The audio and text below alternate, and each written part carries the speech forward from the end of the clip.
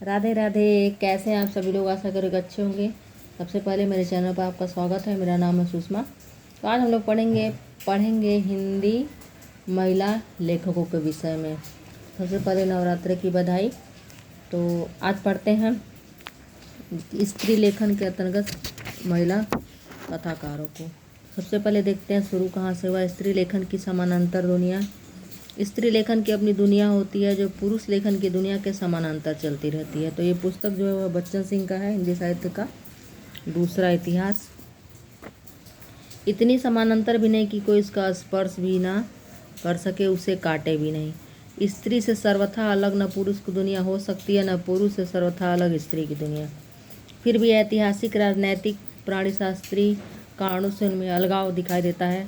इस अंतर या पार्थक्य से स्त्री लेखन की पहचान बनती है। वर्जीनिया वुल्फ ने लिखा है, स्त्री का लेखन स्त्री का होता है, स्त्रीवादी होने से बच नहीं सकता, अपने सर्वोत्तम में वह स्त्रीवादी ही होगा। पुरुष प्रधान समाज में स्त्री का निरंतर शोषण होता रहा है। अपने देश में वह शूद्र की श्रेणी में रखी गई है, केवल भोग्या मानी गई है। पश्चिम में स्त्री को खतरनाक सेक्स कहा गया है। इस खतरे से बचने या इसे कम करने के लिए उसे घर के बाहर कहीं पर भी कोई अधिकार नहीं मिला है। उसके लेखन और बौद्धिकता को भी बराबर हेय दृष्टि से देखा गया है। चेखव और टी.एस. इलियट जैसे लेखकों ने भी उनका मजाक उड़ाने में कोई कसर नहीं छोड़ा है। 19वीं सदी के मध्य में हार्थन ने उनके उपन्यासों को सनसनीखेज और भावुकतापूर्ण बताया है। हिंदी में भी आलोचकों ने उनकी उपेक्षा की है। सन 1984 की सारिका में एक वरिष्ठ आलोचक ने लिखा, स्त्रियों की रचनाएं इसलिए छपती हैं कि वे स्त्रियां हैं, किंतु स्त्री मुक्ति आंदोलन और स्त्रीवादी चेतना के फलस्वरूप नारी जीवन में एक नई ऊर्जा दिखाई पड़ी, एक नया उन्मेष आया। इसका प्रभाव दुनिया भर की लेखिकाओं पर पड़ा। इस प्रभाव की मीमांसा के लिए हमें तीसरी दुनिया को उसके अपने सांस्कृतिक परिप्रेक्ष्य में देखना होगा, क्योंकि यूरोप, अमेरिका के संस्कार, रीति, नीति, आचार, विचार तीसरी दुनिया से भिन्न है। पश्चिम की आयातित विचारधारा में हमें अपनी अस्मिता से वंचित कर देगी। हिंदी की कथा लेखिकाओं में कुछ इस खतरे के प्रति सचेत है, तो कुछ उससे आक्रांत और अलिंगित। यूँ पश्चिमी अवधारणा से पूरी तरह असंपृक्त कोई भी नहीं है और हो भी नहीं सकता। पुरुष लेखन के वर्चस्व को चुनौती देती हुई स्त्रियों की एक कतार खड़ी है। महाश्वेता देवी, अनीता देसाई, प्रतिभा राय, अरुंधति राय, कृष्णा सोबती, मन्नू भंडारी आदि। मन्नू भंडारी का आपका बंटी 1971 में छप चुका था। सोबती का जिंदगी नामा 1979 में प्रकाशित हुआ। इन उपन्यासों को पुरुष उपन्यासों के समकक्ष रखने में किसी को संकोच नहीं होगा। भक्ति काल में कुछ भक्त कवित्रियों ने भक्तिपरक पद लिखे। मीराबाई ने रचना और जीवन दोनों में पुरुष वर्चस्व को तोड़ा। आधुनिक काल में हिंदी कथा साहित्य की शुरुआत महिला लेखन से ही होती है। कुछ लोग मतानुसार हिंदी की पहली कहानी की रचनाकार एक महिला हैं, श्रीमती राजेंद्र बाला घोष, बंग महिला। उनकी कहानी दुलाई वाली का रचनाकाल 1900 है, 19वीं शताब्दी का अंतिम वर्ष। 20वीं शताब्दी के प्रारंभिक 2 दशकों में कुछ कथा लेखिकाएं उभर कर सामने आती हैं। उषा देवी मित्रा, होमवती देवी, चंद्रकिरण सोनरिक्शा, रजनी पडिक्कर आदि। किंतु उनके आदर्श पुराने हैं, जैसे सतीत्व की मर्यादा, विधवा विवाह का समर्थन, बाल विवाह, अनमेल विवाह का विरोध। कहीं कहीं जैनेन्द्रीय आत्मपीड़ा भी है। सन 1950 तक स्त्री कथा साहित्य गिरता पड़ता चलता रहा। यह आकस्मिक नहीं है कि सन 1950 में महादेवी वर्मा की श्रृंखला की कड़ियाँ प्रकाशित हुई। परतंत्रता की कड़ियाँ तो टूट चुकी थी, किंतु स्त्री श्रृंखलाबद्ध थी। शिक्षा के प्रसार और आर्थिक आत्मनिर्भरता के कारण स्त्रियों में नई जागृति उत्पन्न हुई। उनका ध्यान जातीय श्रृंखला की कड़ियों की ओर गया। आगे चलकर स्त्री लेखिकाओं ने इन कड़ियों को तोड़ना शुरू किया, किसी ने झटके से, किसी ने धीरे धीरे। 1950 के बाद बहुत सी कथा लेखिकाओं का उदय हुआ। अपनी संख्या के अनुपात में उन्होंने अच्छी रचनाएं कम दी। सामान्यतः उनके अनुभव का दायरा संकीर्ण ही रहा, रूपात्मक प्रयोग भी बहुत कम हुए। उनकी दृष्टि मुक्त प्रेम पर नहीं, मुक्त देह संबंध पर विशेष रूप से टिकी रही। कभी कभी ऐसा प्रतीत होता है कि पुरुष वर्चस्व का विरोध करते हुए भी वह पुरुष वर्ग की ओर से लड़ रही हैं। फिर भी स्त्री चेतना के कई आयामों को लेकर उन्होंने कई अच्छी रचनाओं से हिंदी साहित्य को समृद्ध किया। तो सबसे पहले यहाँ देखते हैं मन्नू भंडारी। 1931 में जन्म हुआ। इन्हें हिंदी कथा साहित्य को नारी जीवन की तत्कालीन ज्वलंत समस्याओं के साथ जोड़ा। छठे 7वें दशक में उनकी कहानियों ने लोगों का ध्यान आकृष्ट किया था। सामान्यतः मैं हार गई, यही सच है, त्रिशंकु आदि ने। ले देकर इन कहानियों में एक प्रेम का एक त्रिकोण है। शरीर की पवित्रता की मर्यादाएं टूटी हुई हैं। प्रेम के अस्थायित्व में उसे विश्वास नहीं है। शरीर ही प्रेम है जो किसी दूसरे आदमी के मिलने पर क्षण भर के लिए ही सही सुख देता है। आधुनिक क्षणवाद में सिमटी कहानियाँ किसी सामाजिक समस्या को नहीं छूती, किंतु अपने उपन्यासों में कहानियों की लक्ष्मण रेखा को तोड़ देती हैं। आपका बंटी 1971 अत्यंत महत्वपूर्ण उपन्यास बन गया। यह शरतचंद्रीय भावुकता नहीं पैदा करता, यह पाठक को संवेदना के स्तर पर विक्षुब्ध करता है, मध्यवर्गीय अहमग्रस्त समाज की दुखती रग पर उंगली रख देता है। पश्चिम के समाज में तलाकशुदा पति पत्नी में अंतर्द्वंद नहीं मिलेगा, किंतु भारतीय समाज में एक परिस्थिति विशेष का तलाक बेहद उलझी हुई समस्या है। पढ़े लिखे समाज में पति पत्नी की अपने अहम की टकराहट अस्वाभाविक नहीं है। इस टकराहट का फल है शकुन और अजय का तलाक। इन दोनों के बीच उनका बेटा बंटी बुरी तरह पिसता है। पिसते पिसते वह पहचान के परे हो जाता है। सारा उपन्यास तनाव से भरा हुआ है। यह तनाव अजय में कम है, शकुन में ज़्यादा। पश्चिमी माँ का ममत्व चाहे मर गया हो, किंतु भारतीय माँ का ममत्व अभी भी जीवित है, जिसे पाश्चात्य आधुनिकता धीरे धीरे मार रही है। तीनों पात्रों में शकुन तीनों स्तरों पर जीती है। माँ के स्तर पर, स्त्री के स्तर पर, अपनी जिंदगी जीने के स्तर पर। माँ के स्तर पर जीवन अत्यधिक घनीभूत हो उठा है। लेखिका स्वयं स्त्री और माँ है। माँ की ममता का ऐसा करुण चित्र स्त्री की कूंची से ही उकेरित हो सकता है। माँ से आधुनिक स्त्री का द्वंद्व होता है। स्नेहमयी माँ अजय से बदला लेने के लिए, उसे टार्चर करने के लिए बंटी को हथियार की तरह इस्तेमाल करती है। यही काम अजय भी करता है। टुकड़ों में बटी हुई शकुन जिंदगी टुकड़ों में ही जीती है। कुंठाग्रस्त शकुन अपनी जिंदगी नहीं जी पाती। उसका केंद्रीय पात्र बंटी ही है। बंटी की व्यथापूर्ण कथा के लिए शब्द छोटे पड़ जाते हैं, इसलिए लेखिका ने मौन का सहारा लिया है। इस प्रकार की स्थिति में बंटी की नियति यही हो सकती है कि हॉस्टल में निर्वासन। तलाक न होने पर भी यदि पति पत्नी में तनाव बना रहता है तो भी बंटी वहीं पहुंचता है जहां तलाक के बाद पहुंचा है। वास्तव में यह परिवार और स्त्री की जटिल समस्या का उपन्यास है जो समाधान नहीं, प्रश्न उठाता है, प्रश्न कई स्तरों पर। अगली लेखिका हैं कृष्णा सोबती। 1931 में इनका भी जन्म हुआ। महिला उपन्यासकारों में सर्वाधिक सशक्त हस्ताक्षर हैं। इन्होंने अपने 2 उपन्यासों जिंदगी नामा, जिंदा रुख और दिलो दानिश में गांव और शहर के एक अंचल को रूपात्मक प्रयोग, भाषा के टटकेपन, गहन और व्यापक संवेदना के धरातल पर इस तरह चित्रित किया है कि ग्राम समस्याओं के साथ भारतीय औरतों की समस्या भी अंशयुत हो गई है। इनके पहले उनके लिखे हुए 3 लघु उपन्यास है, डार से बिछुड़ी, मित्रों मरजानी और सूरजमुखी अंधेरे के। इन तीनों उपन्यासों में यौन अभिव्यक्ति को नग्न रूप में देखा जा सकता है। तन की प्यास का अतिरेकवादी उत्साह मन की भूमिका को नगण्य ठहरा देता है। वास्तव में स्त्रीवादी दृष्टिकोण की पिटी हुई भूमि है। इन उपन्यासों को पढ़ने से ऐसा नहीं लगता है कि ये सोबती को जिंदगी नामा और दिलो दानिश तक पहुंचा पाएंगे। जिंदगी नामा सोबती की उपन्यास यात्रा में एक छलांग है।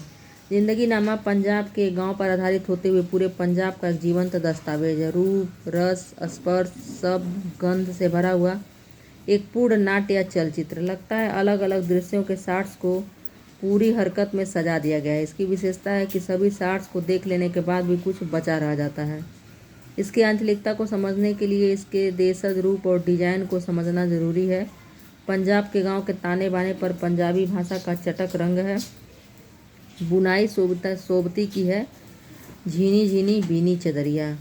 गैर पंजाबी भाषा भाषियों के लिए भाषा एक अवरोध खड़ा करती है। पाठक को इससे गुजरना पड़ेगा। इसमें मैला आंचल जैसा भाषा का मैनरिज्म नहीं है, वह बांधती है। भाषा इसका प्राण तत्व है। प्राण के बिना शरीर शव है। इस भाषा में हम चेनाब और ब्यास की धुनें सुनते हैं, लोहड़ी का उत्सव देखते हैं, गिद्धा और भांगड़ा की पदचाप सुनते हैं, गुरु नानक के निर्गुण और बुल्ले शाह तथा वारिस शाह के सूफियाई गीत साझा संस्कृति की बुनावट। पंजाब के अंचल में रूटेड पंजाब ठेठ पंजाब है। सोबती ने इसकी संरचना में पारंपरिक और लोक कथा शैली का प्रयोग करके इसे मूलतः देशज बना दिया है। देशज होकर ये हमारे मन प्राणों को पूरी गहराई में छू पाता है। पुराणों की तरह इसकी कहानी एक कहानी से शुरू होती है, बीच बीच में इसका सिलसिला चलता रहता है, कहानी में कहानी। कथा सरिस सागर और पंचतंत्र की कौंध, गद्य में काव्यात्मक लय, नाटकीयता इसका विशेष गुण है। नाटक का पर्दा शाह की चौपाल में खुलता है। चौपाल एक खुला मंच है। इस मंच पर पात्र आते जाते रहते हैं। शाह साहनी को केंद्र में मानना उपन्यास के कथ्य रूप पर पानी फेरना है। अन्य पात्रों की तरह शाह साहनी भी पात्र हैं। समर्पण पृष्ठ पर जो कुछ लिखा गया है उससे गोया कोई नेपथ्य से बोलता है। बल्कि वह जो लोकमानस की भागीरथी के साथ साथ बहता है, पनपता और फैलता है और जन सामान्य के सांस्कृतिक पुख्तापन में जिंदा रहता है। इस तरह एक सब अल्टर्न औपन्यासिक इतिहास बन जाता है। इसके बाद ऑर्केस्ट्रा से निकला हुआ उदास गीत का मध्यम स्वर, अलविदा आओ के आब को, पंच दरियाओं के पंजाब को, जेहलम और चनाब को, बहते रहेंगे इस धरती पर, सिर्फ हम यहाँ नहीं होंगे, नहीं।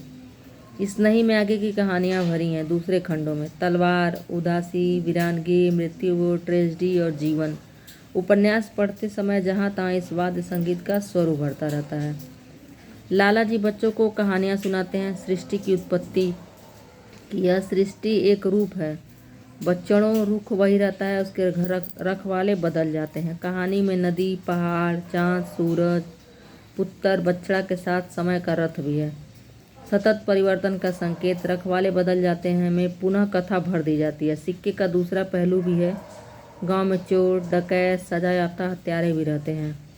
थानेदारों का रौब भी है, झांसा पट्टी भी, साहू की सामंती उदारता भी है और शोषण भी, साहू का समर्थन और विरोध भी, वर्ग संघर्ष की हल्की ध्वनि भी। इससे सूचना माध्यम का नया प्रयोग लिया गया है। शाह के चौपाल में जगह जगह से खबरें आती हैं। कोई लाहौर से खबरें लाता है कि मुस्लिम लीग क्या कर रही है, कोई बंगाल विभाजन की खबर देता है, कोई लाला लाजपत राय और महात्मा गांधी का समाचार लाता है, कोई अंग्रेजी की मुस्लिम परस्ती की खबर सरका जाता है। इसी माहौल में शाह और राबिया के प्रेम का संगीत है। दिलो दानिश पढ़ने के बाद लगता है कि यह प्रेम जटिल होगा, इसका पौधा अगले खंड में खिलेगा। गदरियों के समाचार अलग हैं। इस समाचार के साथ गुरु गोविंद सिंह की वाणी भी जुड़ी हुई है। जब दूसरे सब रास्ते कारगर न हो सके तो जुर्म के खिलाफ तलवार उठा लेना जायज़ है। यह अन्याय के विरुद्ध कर्म का संकेत भी है और उपन्यास के अगले खंड का सूत्रधार भी। दिलो दानिश 1993 भी एक तरह का आंचलिक उपन्यास है, दिल्ली के एक अंचल का। जिस प्रकार जिंदगी नामा में ठेठ पंजाब की धड़कन है, रूह है, उसी प्रकार दिलो दानिश में दिल्ली के एक हिस्से की। फ़र्क यह है कि जिंदगी नामा का फलक विस्तृत है तो दिलो दानिश का संकुचित है। जिंदगी नामा एक एपिक महाकाव्य है तो दिलो दानिश एक लिरिक। महाकाव्य और प्रगीत लिरिक की संरचना में अंतर होता है। जो अंतर होता है वही अंतर यहाँ भी है। दिल और दानिश के सामंजस्य की डगर पर चलने के लिए प्राणों की बाजी लगानी पड़ती है। महब का वकील से हटकर खान के पास खड़े होने में स्त्री अस्मिता भी उजागर होती है। फसीद उर्दू और उसके चमत्कारी मुहावरों ने इसे गजल बना दिया है। बादलों के घेरे कहानी संग्रह है। तो अगली लेखिका के विषय में उन्होंने बताया जो कि हैं उषा प्रियंवदा। 1931 में इनका भी जन्म हुआ है। ने नारी कथा को एक दूसरी दिशा की ओर मोड़ा, देहघाता से अलग, प्रेम से अलगाव और अकेलेपन की नियति से। पर कथाकार के रूप में उन्हें प्रतिष्ठित करने का श्रेय उनकी कहानी वापसी को जाता है। अकेलापन यहाँ भी है। विघटनशील मूल्य चेतना के कारण बहु बेटों से भरे परिवार में गजाधर बाबू अकेले हैं। पर अधिकांश कहानियों में पूर्वी और पश्चिमी संस्कारों का टकराव, विवाह और प्रेम दोनों का स्वीकार मिलेगा। मछलियाँ इसका प्रतिनिधित्व करती हैं। उनके उपन्यास रुकोगी नहीं राधिका 1967 में मछलियों की तरह भारतीय और अमेरिकी विचारों संस्कारों की टकराहट है। राधिका एक और उनके प्रेम संबंधों को काटती है तो दूसरी उन्हें जोड़ने की कोशिश करती है, लेकिन वे जुड़ नहीं पाते। भारत लौटने पर भी वह दुविधाग्रस्त बनी रहती है। वह विवाह नहीं कर पाती है। अंततोगत्वा अकेलेपन का वर्ण करती है। सब मिलाकर यह उच्च मध्यवर्गीय का संकीर्ण उपन्यास बनकर रह जाता है। अगली लेखिका है मृदुला गर्ग। 1931 का कथा साहित्य पाश्चात्य यौनाचार का भारतीय अभिलेख है। ऐसा लगता है कि पश्चिम स्त्रीवादी चेतना से उन्होंने मुक्त यौन विहार को चुन लिया है और इसे स्त्री मुक्ति का मुद्दा बनाया है। जैनेंद्र का एक फार्मूला है कि जिससे प्रेम करो उससे विवाह मत करो। इस फार्मूले को गर्ग ने स्त्री मुक्ति से जोड़ दिया है। मुक्त यौनाचार के अतिरिक्त स्त्री की और कोई समस्या नहीं है, न आर्थिक, न राजनीतिक, न पारिवारिक और न सामाजिक सांस्कृतिक। उनके 3 उपन्यासों उनके हिस्से की धूप 1976, चितकोबरा, मैं और मैं 1984। उनके हिस्से की धूप, चितकोबरा, मैं और मैं में सामान्यतः विवाह के बाहर प्रेम संबंध, देह संबंध में फुलफिलमेंट की तलाश की गई है। उनके हिस्से की धूप की मनीषा 2 विवाह करती है, तयशुदा और प्रेम विवाह। वैवाहिक जीवन में भी वो विवाहेतर प्रेम संबंध रखती है क्योंकि फुलफिलमेंट और मुक्ति उसी में है। विवाह इसलिए करती है कि मुक्ति या स्वतंत्र का स्वाद चख सके। विवाह नहीं होगा तो तोड़ेगी क्या। मैं और मैं में जार भाव पूरी ऊंचाई पर है। चितकोबरा अपनी सनसनीखेज मुक्त यौवन वर्णन के लिए प्रसिद्ध है। यह उसके हिस्से की धूप का एक एक्सटेंशन है। उसके हिस्से की धूप की मनीषा की तरह चितकोबरा की मनु भी माँ बाप अड़ोस पड़ोस नैतिकता अनैतिकता से मुक्त है। इसमें विदेशी अभिप्रायों और कोणों की भरमार है। स्तनों के मसलने का पूरा दृश्य रति रहस्य का एक अध्याय है। इसे पढ़ने के बाद कामशास्त्र या रति रहस्य पढ़ने की आवश्यकता नहीं रह जाती। फिलिप रात के ब्रेस्ट में भी स्तन मर्दन का दृश्य है, पर उसे सामाजिक सरोकारों से जोड़ दिया गया है। आचार्य रजनीश की संभोग से समाधि से प्रभावित इस पुस्तक में संभोग ही संभोग है, समाधि नहीं। उनके प्रसिद्ध कहानी संग्रह डैफोडिल जल रहे हैं के अंतर्वस्तु उपन्यासों के ही मेल में है। अन्य महिला कथाकारों में शिवानी, ममता कालिया, सूर्यबाला, नमिता सिंह, राजी सेठ, मंजुल भगत, शशिप्रभा शास्त्री, कृष्णा अग्निहोत्री, चंद्रकर्ण सौरिक्सा, मणिका मोहिनी, दीप्ति खंडेलवाल, सुनीता जैन, मृणाल पांडे, नासिरा शर्मा, मेहरुनिसा, परवेज, सोमा विरा आदि उल्लेखनीय हैं।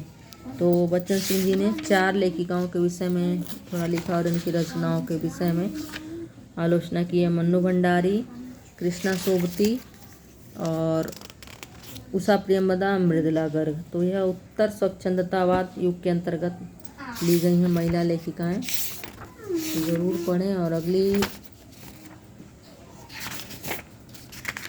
वीडियो में पढ़ेंगे हम लोग आधुनिकतावाद और प्रगतिशील दृष्टिकोण। तो पढ़ते रहिए। धन्यवाद।